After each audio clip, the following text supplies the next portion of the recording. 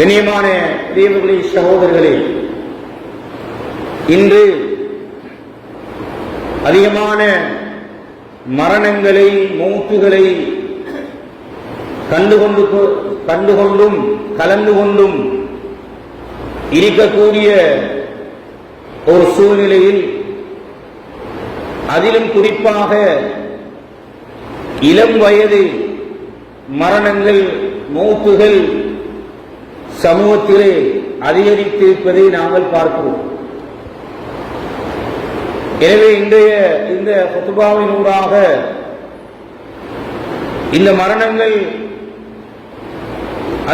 அதன் பற்றிய நம்பிக்கை நாங்கள் எப்படி வைத்திருக்கிறோம், அதற்கு நாங்கள் எவ்வாறு தயார்படுத்திக் கொண்டிருக்கிறோமா என்பது பற்றிய சில விடயங்களை தெளிவுபடுத்துவது பொருத்தமாக இருக்கும் என்று கருதுகின்றேன்.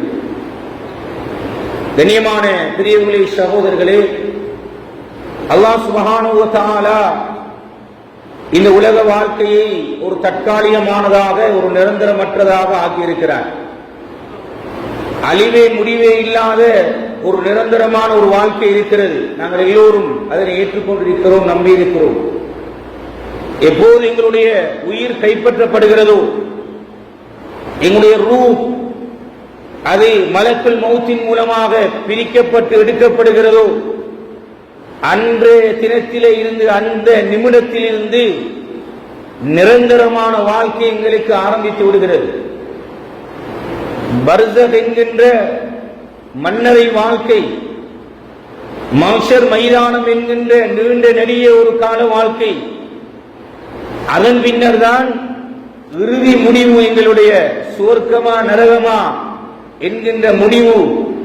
அதன்படி இந்த உலக வாழ்க்கையை அல்லாஹ் சுப்ஹானஹு வ தஆலா இந்த கட்டமைப்புக்கு மத்தியில் இந்த உலக வாழ்க்கையை தந்திருக்கிறார்.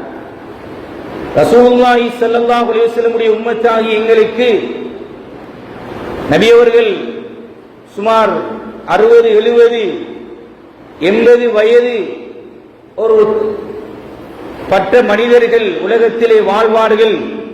இந்த ஆயுள் இவர்களுக்கு அவ்வாறு கொடுக்கப்பட்டிருக்கிறது என்பதை ரசூல் ஸல்லல்லாஹு அலைஹி வஸல்லம் சொன்னார்கள். ஆனால் அதுதான் வாழ்க்கை என்பதல்ல. தாயுடைய கற்பப்பையில் இருக்கின்ற போதும், தாயுடைய கற்பப்பையிலே பிள்ளைகள் உருவாகாத நிலையிலும், விழுகட்டியலாக கூட பிள்ளைகள் மரணங்களை எதிர்நோக்குகின்றன. தாயுடைய கற்பப்பையிலே, வயிற்றிலே மரணித்த நிலையில் பிள்ளைகள் பிறக்குகின்ற விடயங்களை நாங்கள் பார்க்கிறோம். சிறுபிராயத்தில் சிறு குழந்தைகள் இப்போது பாடசாலையிலே கல்வி கற்கக்கூடிய, பாடசாலைக்கு சேராத நிலையில் உள்ள குழந்தைகளுடைய, பிள்ளைகளுடைய மரணங்களை எல்லாம் எங்களுடைய காதுகளினாலும் நேரடியாகவும் நாங்கள் கண்டு கொண்டிருக்கிறோம். இளம் வயதிலே குடும்பஸ்தனாக இருக்கும் நிலையில் 2, 3 வயது வந்த பிள்ளைகள், 4, 5 பிள்ளைகள், வயது வந்த பிள்ளைகள், திருமணம் முடிக்காத பிள்ளைகள், படிக்கின்ற பிள்ளைகள் இருக்கின்ற நிலையில் எங்களோடு பேசிக்கொண்டு, கதைத்துக் கொண்டு, உறவாடிக்கொண்டு, உணவருந்திக் கொண்டிருந்தவர்கள் என்று சர்வசாதாரணமாக இப்போது அது அதிகரித்து வருகின்ற ஒரு நிலையை நாங்கள் பார்க்கிறோம். குறிப்பாக எமது பிரதேசத்திலே. கண்ணியமானவர்கள், இதனை 2 விதமாக நாங்கள் உற்று நோக்க வேண்டிய ஒரு தேவை இருக்கிறது. ஒன்று, கலா கதிர், அல்லாஹ்வுடைய ஏற்பாடு, அது நிர்ணயம் செய்யப்பட்டு விட்டது. ஒவ்வொரு மனிதனும் பிறக்கின்ற போது, தாயுடைய கற்பப்பையில் 4 மாத குழந்தையாக இருக்கின்ற போது, அது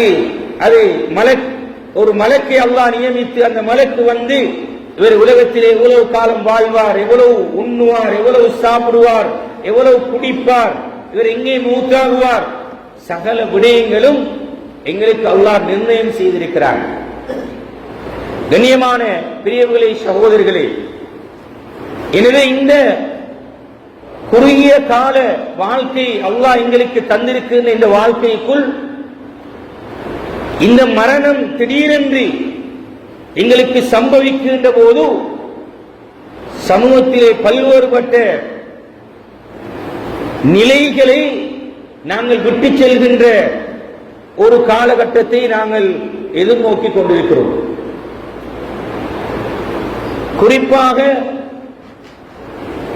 சிறு பிராயத்தில் அல்லது திருமணம் முடித்த பிள்ளைகள் இவர்களோடு வாழ்ந்து கொண்டிருக்கக்கூடிய நிலையில் எங்களுக்கு மரணம் வருகின்ற போது இந்த மரணத்துக்கு நாங்கள் தயாராக அந்த நிலையில் எங்களுக்கு வருகின்ற போது அது எங்களுக்கு மிகப்பெரிய ஒரு நஷ்டமாக, எங்களுக்கு மட்டுமல்ல, எங்களுடைய குடும்பம், எங்களுடைய சமூகம் எல்லோருக்கும் பல்வேறுபட்ட அசௌகரியத்தையும் பல்வேறுபட்ட பிரச்சனைகளையும் பல்வேறுபட்ட சோதனைகளையும் இன்னல்களையும் அது விளைவிக்கிறது என்பதை சமூகத்திலே நாங்கள் அவதானிக்கிறோம். எனவே முதலாவது நாங்கள் புரிய வேண்டிய ஒரு புரிதல், ரசூல் ஸல்லல்லாஹு அலைஹி வஸல்லம் சொன்னார்கள், திடீர் மரணங்கள் சமூகத்திலே அதிகரிக்குமாக இருந்தால் நீங்கள் மறுமையை எதிர்பார்க்க என்றார்கள். திடீரென்று எங்களுடைய கற்பனைக்கு கூட சிந்தனைக்கு கூட எட்டாத மரணங்களை நாங்கள் சமூகத்திலே அவதானிக்கிறோம், கேள்விப்படுகிறோம், கலந்து கொள்கிறோம். கண்ணியமானவர்களே, எனவே இதற்கு ரசூல் ஸல்லல்லாஹு அலைஹி வஸல்லம் சொன்ன வரைவிலக்கணம், இது கியாமத் நாளுடைய அடையாளம். அது நெருங்குகின்ற போது திடீர் என்கின்ற மரணங்களை எல்லாம் நீங்கள் பார்ப்பீர்கள். எனவே கண்ணியமானவர்களே, இந்த மௌத்து என்பது அது உறுதியானது, எந்த சந்தேகமற்றது. முஸ்லிம்கள், முஸ்லிம் அல்லாதவர்கள், கொள்கையே மார்க்கமே தீன் என்கிறது என்று ஒன்றே இல்லை என்று உலகத்திலே சொல்லக்கூடியவர்களும் மரணம் என்று ஒன்று இருக்கிறது என்பதை நம்பியிருக்கிறார்கள். மௌத் என்கின்ற ஒன்று இருக்கிறது. இதனாலதான் அல்லாஹ் சுப்ஹானஹு வ தஆலா அல் குர்ஆனில் மௌத்தை பற்றி மற்ற 30 இடங்களிலே சொல்லியிருக்கிறார். மௌத் என்கின்ற சொல்லை மட்டுமே அல்லாஹ் குர்ஆனில் 30க்கும் மேற்பட்ட இடங்களில் அல்லாஹ் பேசியிருக்கிறான். என்ன காரணம்? அது திரும்ப திரும்ப மனிதர்களை சிந்திக்க தூண்டுகின்ற, அவனுடைய எண்ணங்களை, அவனுடைய செயற்பாடுகளை ஒழுங்குபடுத்துகின்ற ஒரு மிகப்பெரிய ஒரு ஆயுதமாக, மிகப்பெரிய ஒரு உபதேசமாக அல்லாஹ் சுப்ஹானஹு வ தஆலா இந்த மௌத்தை குர்ஆனிலே சொல்லியிருக்கிறான். யாரும் தப்ப முடியாது. அது வந்துவிட்டால் அல்லாஹ் குர்ஆனிலே சொல்கிறான், இதா ஜா அஜலுஹா, அந்த அஜல், அந்த முடிவு வந்து விட்டால் அது பிற்படுத்தப்படவும் மாட்டாது, முற்படுத்தப்படவும் மாட்டாது. எங்களுக்கு வந்த அந்த நேரத்துக்கு முன்னர் எங்களுடைய ரூ கைப்பற்றப்படவும் மாட்டாது, நேரத்துக்கு பின்னரும் ஒரு வினாடி, ஒரு செகண்ட் கூட அது தாமதப்படுத்தப்பட மாட்டாது என்பதை திரும்ப திரும்ப திரும்ப அல்லாஹ் குர்ஆனில் சொல்லிக் கொண்டே இருக்கிறான். கண்ணியமான பிரியங்களே, சகோதரர்களே, எனவே இந்த மௌத்துக்கு நாங்கள் தயாராக இருக்கிறோமா?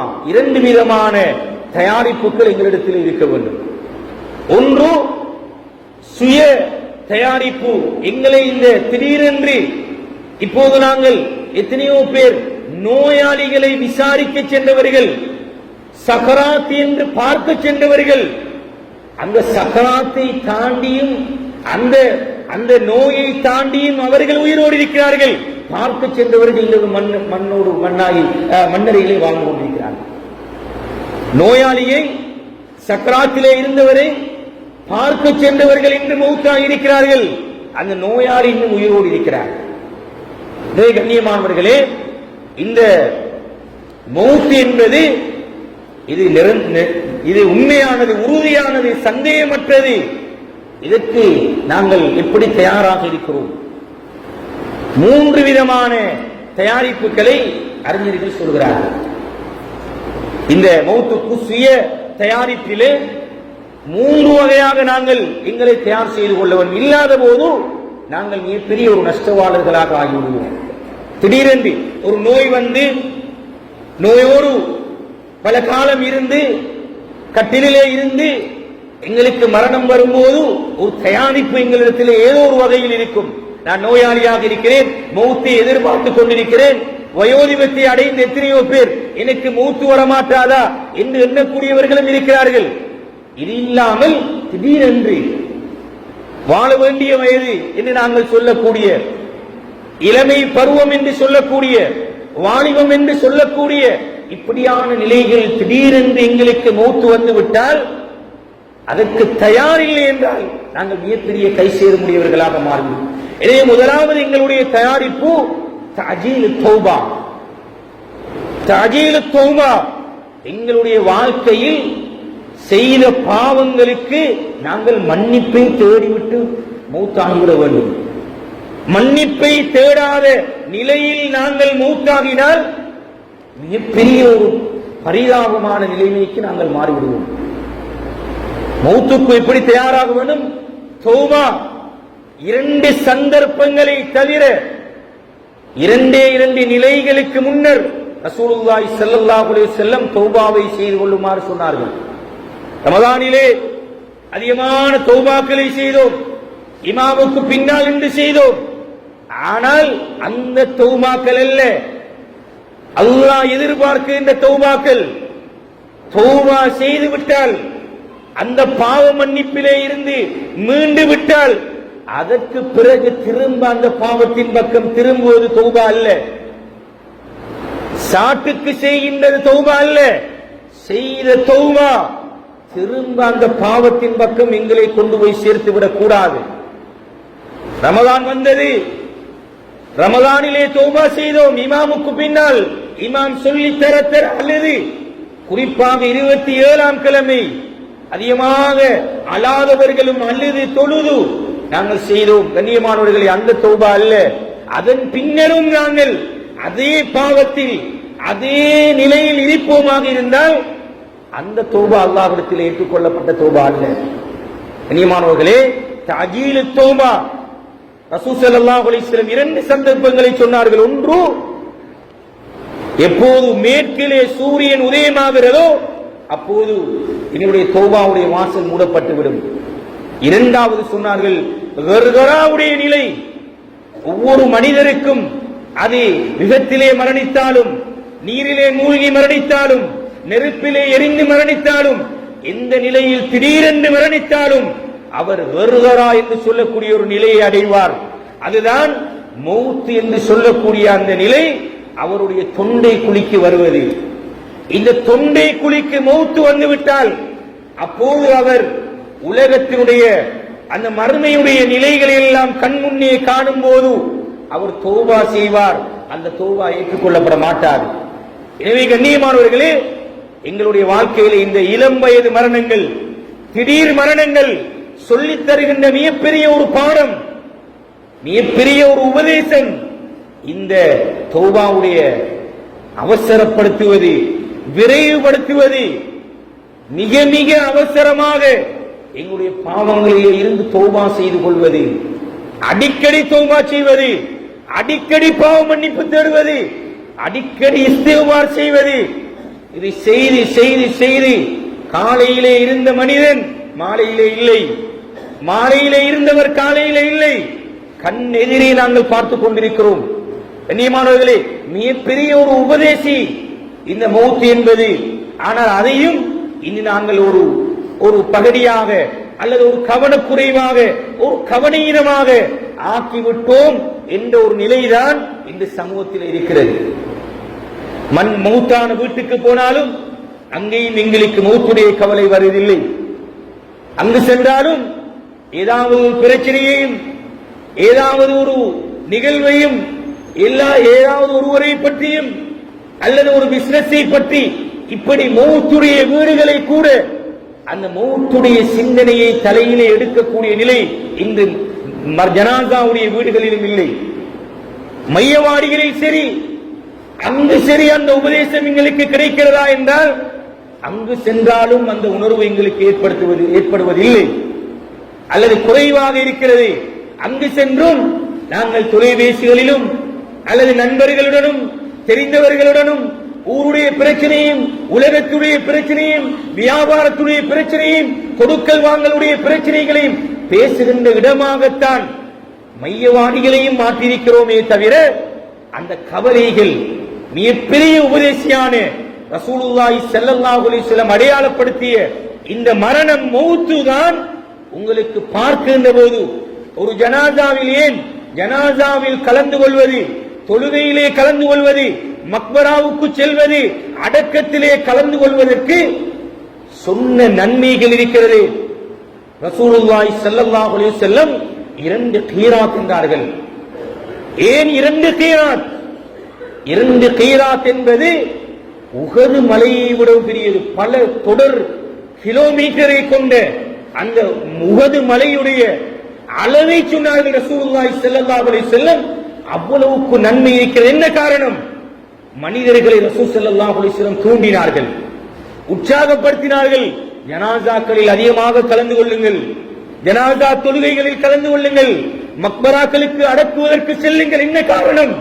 கண்ணியமானவர்களே, மிகப்பெரிய ஒரு உபதேசி மனிதன் உலகத்துடைய ஆசையோடு, உலக மோகத்தோடு, உலக இன்பத்தோடு அப்படியே பிறண்டு கிடக்கக்கூடிய இந்த மனிதன் அங்கு சென்றாவது அவனுக்கு ஒரு உபதேசமாக இருக்கட்டும், அங்கு சென்றாவது அவனுக்கு ஒரு உணர்வு ஏற்படட்டும்.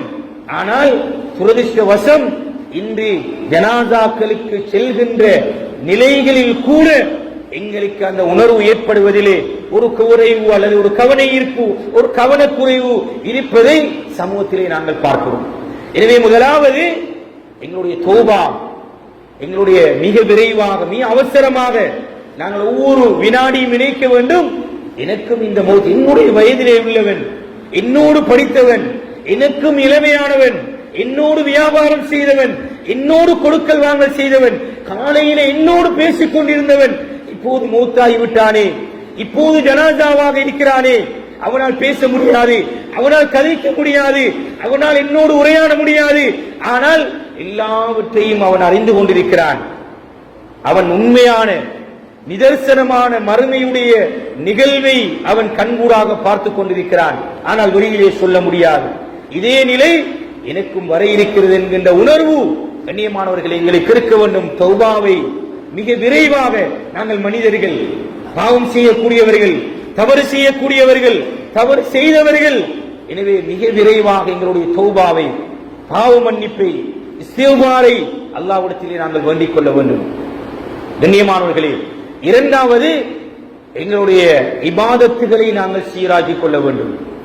வணக்க வழிபாடுகளில் எங்களுடைய குறைபாடுகள் இருந்தால், கவனக்குறைவு இருந்தால் அதனை சரி செய்து கொள்ள வேண்டிய ஒரு தேவை எங்களுக்கு இருக்கிறது.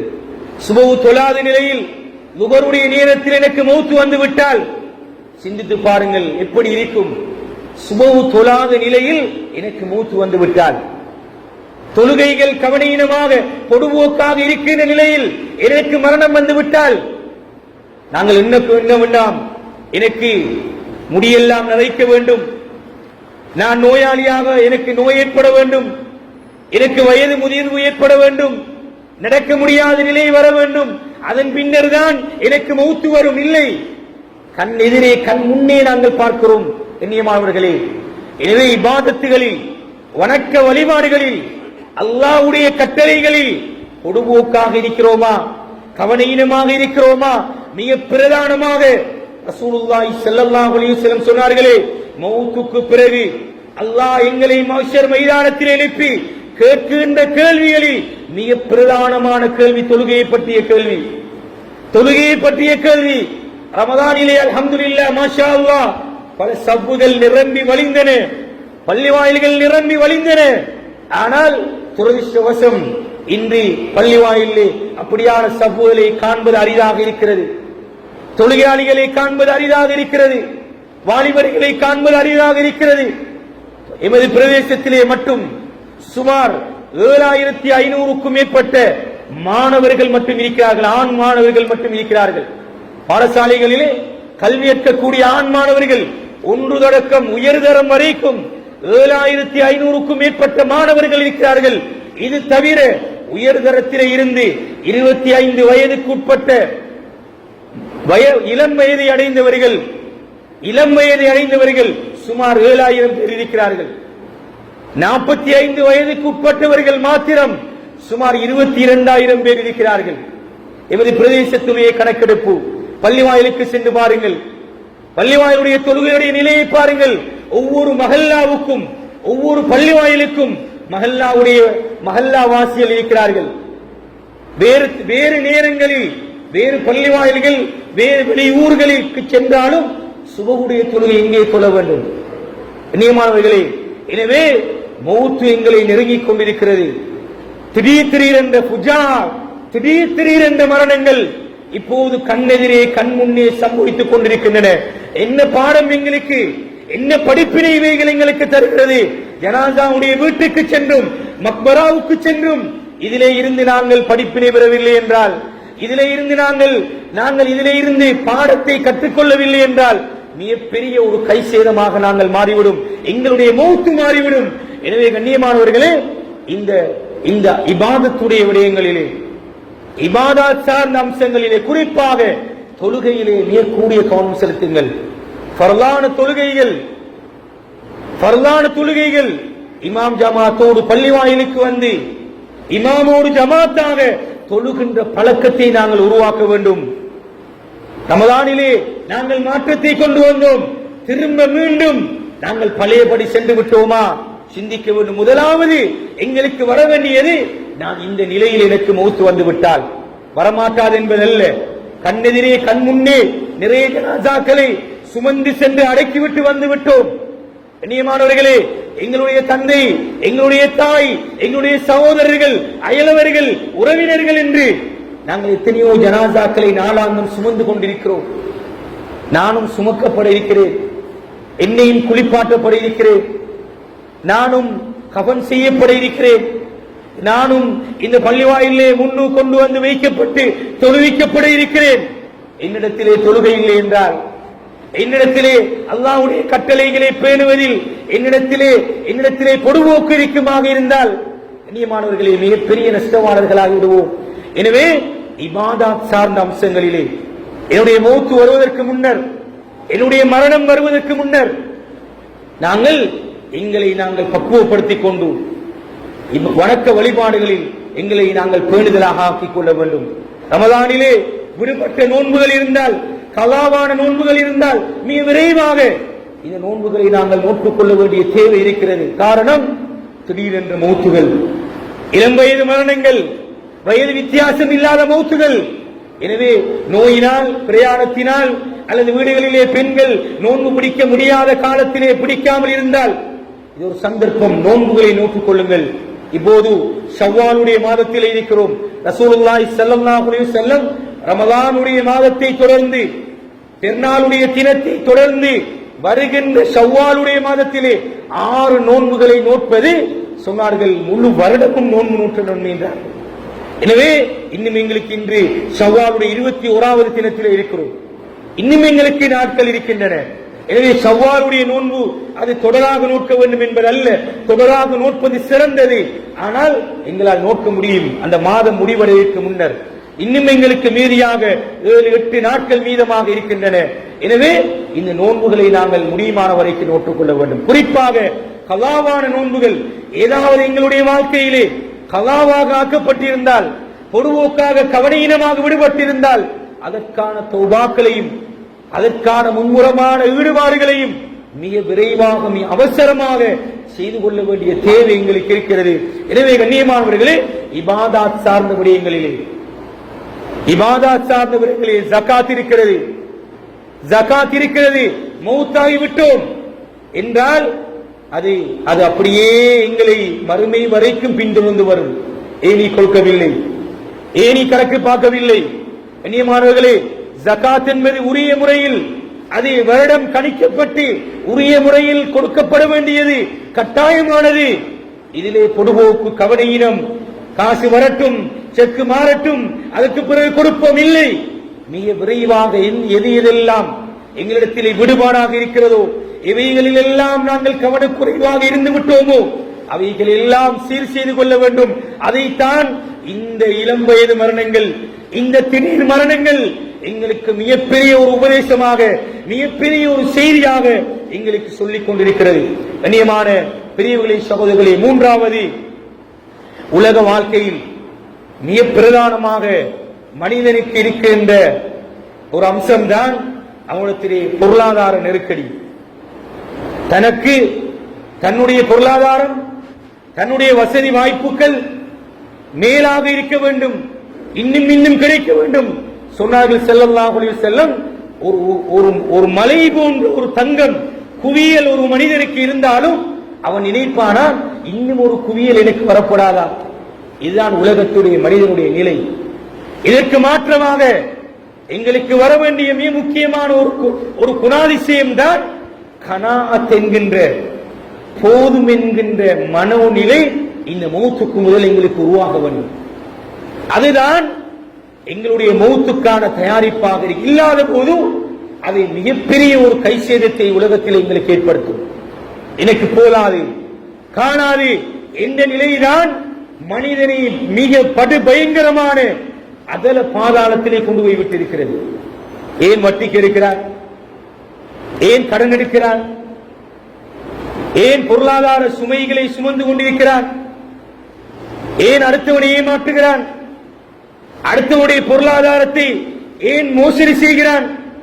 ஏன் களவெடுக்கிறான்? எல்லா விடயத்தையும் நீங்கள் எடுத்துக்கொண்டால் கண்ணியமானவர்களே, கனாஅத் என்கின்ற போதும் என்ற தனம் இன்னும் அவனுக்கு உருவாகவில்லை. மௌத்துக்கு முதல் எங்களுக்கு உருவாக வேண்டிய மிகப்பெரிய ஒரு குணாதிசயம் கனாஅத். உலக வாழ்க்கை எனக்கு போதும், இது அல்லாஹ் தந்தது எனக்கு போதும். இல்லாத போது இன்று மரணித்து விட்டான், அவருடைய கடன் அப்படியே இருக்கிறது. ரசூல் ஸல்லல்லாஹு அலைஹி வஸல்லம் எல்லா மனிதர்களுக்கும் தொழுவிப்பார்கள். அவருடைய வாழ்க்கையிலே எல்லா மனிதர்கள் இந்த அளவு தூரம் முனாஃபிக் என்று அடையாளப்படுத்தப்பட்டவனுக்கும் நபி அவர்கள் தொழுகை நடாத்தினார்கள். ஆனால் கடன் இருக்கிறது என்றால் கடனை பொறுப்பெடுக்கும் வரைக்கும் ரசூல் ஸல்லல்லாஹு அலைஹி வஸல்லம் ஜனாசாவுடைய தொழுகை கூட நடத்த மாட்டார்கள். எல்லோரும் கடன் சுமையோடு இருக்கிறோம். என்ன காரணம்? போதும் என்ற மனம் இன்னும் வரவில்லை. எனக்கு போதும், அல்லாஹ் தந்தது எனக்கு போதும். கண்ணியமானவர்களே, வட்டியோடு தொடர்பாக இருக்கிறோம், மோசடி செய்கிறோம், அநியாயம் செய்கிறோம், அடுத்தவருடைய பொருளாதாரங்களை, அடுத்தவருடைய காணிகளை, பூமிகளை அபகரித்துக் கொண்டு வாழ்ந்து கொண்டிருக்கிறோம். நீங்க எடுத்து பார்த்தால், இப்படி ஒவ்வொன்றையும் நாங்கள் எடுத்து பார்த்தால், மரணிக்கும் போது இந்த கடன் இருந்தால், இந்த அநியாயம் இருந்தால், இந்த வட்டியோடு தொடர்பு இருந்தால், இவர் மரணித்து விட்டார், இவருடைய போன் நம்பருக்கு வட்டி வந்து கொண்டிருக்கிறது, பேங்க் அக்கவுண்ட் வருகின்ற மெசேஜ் அவருடைய போன் நம்பருக்கு வந்து கொண்டிருக்கிறது. ரசூல் ஸல்லல்லாஹு அலைஹி வஸல்லம் சொன்னார்களே, மரணத்துக்கு பிறகு உங்களுக்கு என்ன வர வேண்டும்? மரணத்துக்கு பிறகு, மௌத்துக்கு பிறகு என்ன வர வேண்டும்? நீங்கள் செய்த அமல் இபாதத், நீங்கள் வளர்த்த சாலியான குழந்தையுடைய பிரார்த்தனை, நீங்கள் செய்த நிரந்தரமான தர்மம். இப்ப எங்களுக்கு என்ன வருகிறது? அல்லாஹ் பாதுகாக்க வேண்டும். மௌத்தாகி விட்டோம், மண்ணறையிலே இருக்கிறோம், ஆனால் வட்டி சேர்ந்து கொண்டிருக்கிறது, கடன் சுமையோடு இருக்கிறார். சம்பாதித்த பொருளாதாரத்தை ஹராமான முறையில் உழைத்ததன் விளைவு பிள்ளைகள் சண்டை பிடித்துக் கொண்டிருக்கிறார்கள். துவா செய்ய வேண்டிய பிள்ளைகள், பிரார்த்தனை செய்ய வேண்டிய பிள்ளைகள் சண்டை பிடித்துக் கொண்டிருக்கிறார்கள் சொத்தை பிரிப்பதிலே.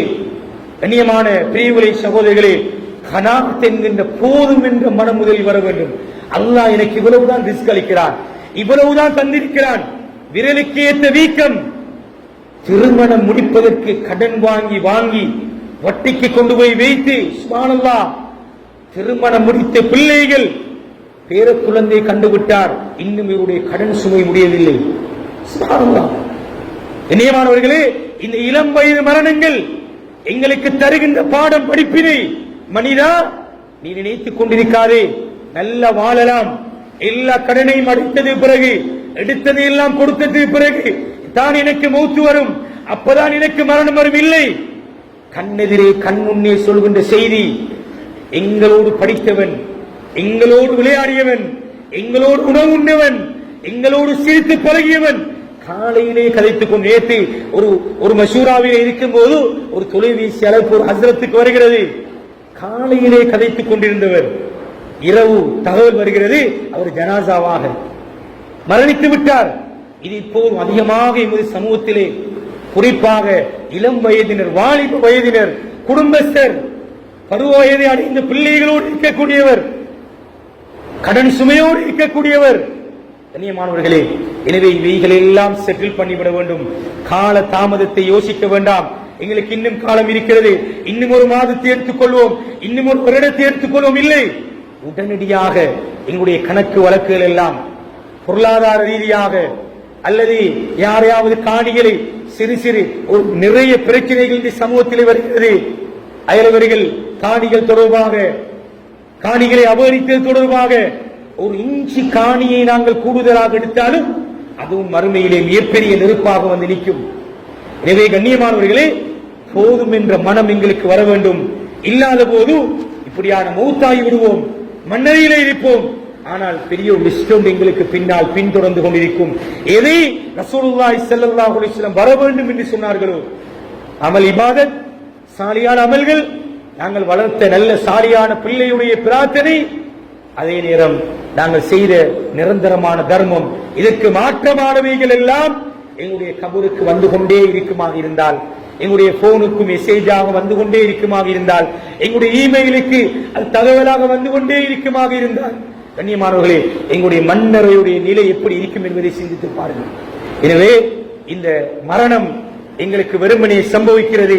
போகிறோம், ஜனாசாவிலே கலந்து கொள்கிறோம், சந்துக்குகளை தூக்குகிறோம், கவன் செய்கிறோம், குளிப்பாட்டுகிறோம், கவன் செய்கிறோம், தொழுவிக்கிறோம், அடக்கம் செய்கிறோம், வந்துவிட்டோம், 2-3 நாட்கள் மறந்து விட்டோம். இது வல்ல இந்த மௌத்து சருகின்ற செய்தி. மனிதா, நீ சிந்தித்து பார். 3 விடயங்களை உங்களோடு இந்த குத்துபாவின் ஊடாக நான் பகிர்ந்து கொண்டேன். ஒன்று, இந்த திடீர் மரணங்கள் அல்லது இளம் வயது மரணங்கள் எங்களுக்கும் ஒரு நாள் வர இருக்கிறது. நாங்களும் உடனடியாக அதற்கு தயாராக வேண்டும். அதனுடைய தயாரிப்பு 3 வகையாக இருக்கிறது. ஒன்று, எங்களுடைய தௌபா, நாங்கள் செய்த மனிதன் என்ற வகையில் உலகத்திலே செய்த அனைத்து பாவங்களுக்கும் அல்லாஹ்விடத்திலே மன்றாடி நாங்கள் பாவமூச்சி பெற்றுவிட வேண்டும்.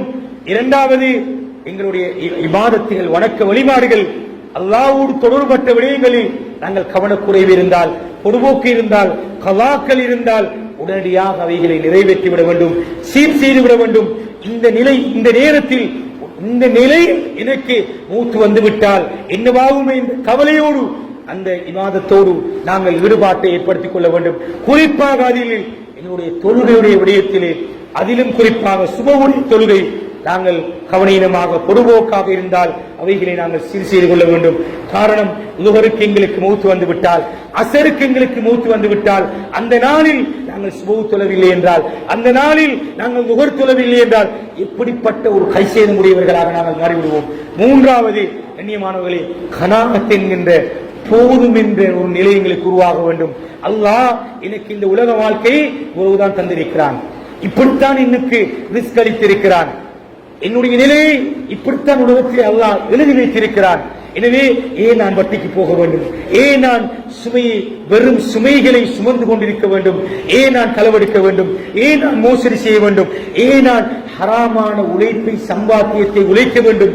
இந்த நிலையில் எனக்கு மூத்து வந்து விட்டால் இது என்னை பின்தொடருமே என்ற கவலையோடு கனாஅத் என்கின்ற போதும் என்ற நிலை எங்களுக்கு வர வேண்டும். எனவே கண்ணியமானவர்கள், இந்த 3 நிலைகளையும் நாங்கள் சீர் செய்வோமாக இருந்தால், திடீரென்று எங்களுக்கு மரணம் வந்தாலும், திடீரென்று எங்களுக்கு இளம் வயதிலே மூத்து வந்தாலும் நான் தயாராக இருக்கிறேன். எனக்கு காலையிலும் வரட்டும், மாலையிலும் வரட்டும், வீட்டிலே இருக்கும் போதும் வரட்டும், பள்ளிவாயிலே வரட்டும், நான் வியாபாரம் செய்யும் போதும் எனக்கு மூத்து வந்தாலும் நான் கவலைப்பட மாட்டேன், நான் தயாராக இருக்கிறேன் என்ற நிலை எங்களுக்கு உருவாக வேண்டும். எனவே அல்லாஹ் சுப்ஹானஹு வ தஆலா இந்த மரணங்களை எங்களுக்கு கபூல் செய்யப்பட்ட நல்ல மூத்துவலாக அல்லாஹ் ஆக்குவானாக. யா அல்லாஹ் எங்களுடைய பாவங்களை மன்னிப்பாயாக. யா அல்லாஹ் நாங்கள் அறிந்தும் அறியாமலும் தெரிந்தும் தெரியாமல் செய்த அனைத்து பாவங்களை மன்னிப்பாயாக. யா அல்லாஹ் இந்த இளம் வயது மரணங்களிலே இருந்து எங்களை பாதுகாப்பாயாக. நோய் நம்பலம் இல்லாத வாழ்க்கை எங்களுக்கு தருவாயாக. எங்களுடைய மௌத்தை சிறப்பாக ஆக்கி வைப்பாயாக. மௌத்துக்கு முன்னர் அனைத்து பாவங்களில் இருந்து தௌபா செய்த நல்ல ஒரு கூட்டத்தில் எங்கள் அனைவரையும் ஆக்குவாயாக. உன்னுடைய இபாதத்தில், வணக்க வழிபாடுகளில் யா அல்லாஹ் சீராக செம்மையாக நடக்கக்கூடியவர்களாக எங்கள் அனைவரையும் ஆக்குவாயாக. யா அல்லாஹ் எங்கள் அனைவரையும் பொருந்திக் கொண்ட நல்ல ஒரு கூட்டத்தில் ஆக்குவாயாக. அல்ஹம்துலில்லாஹ்.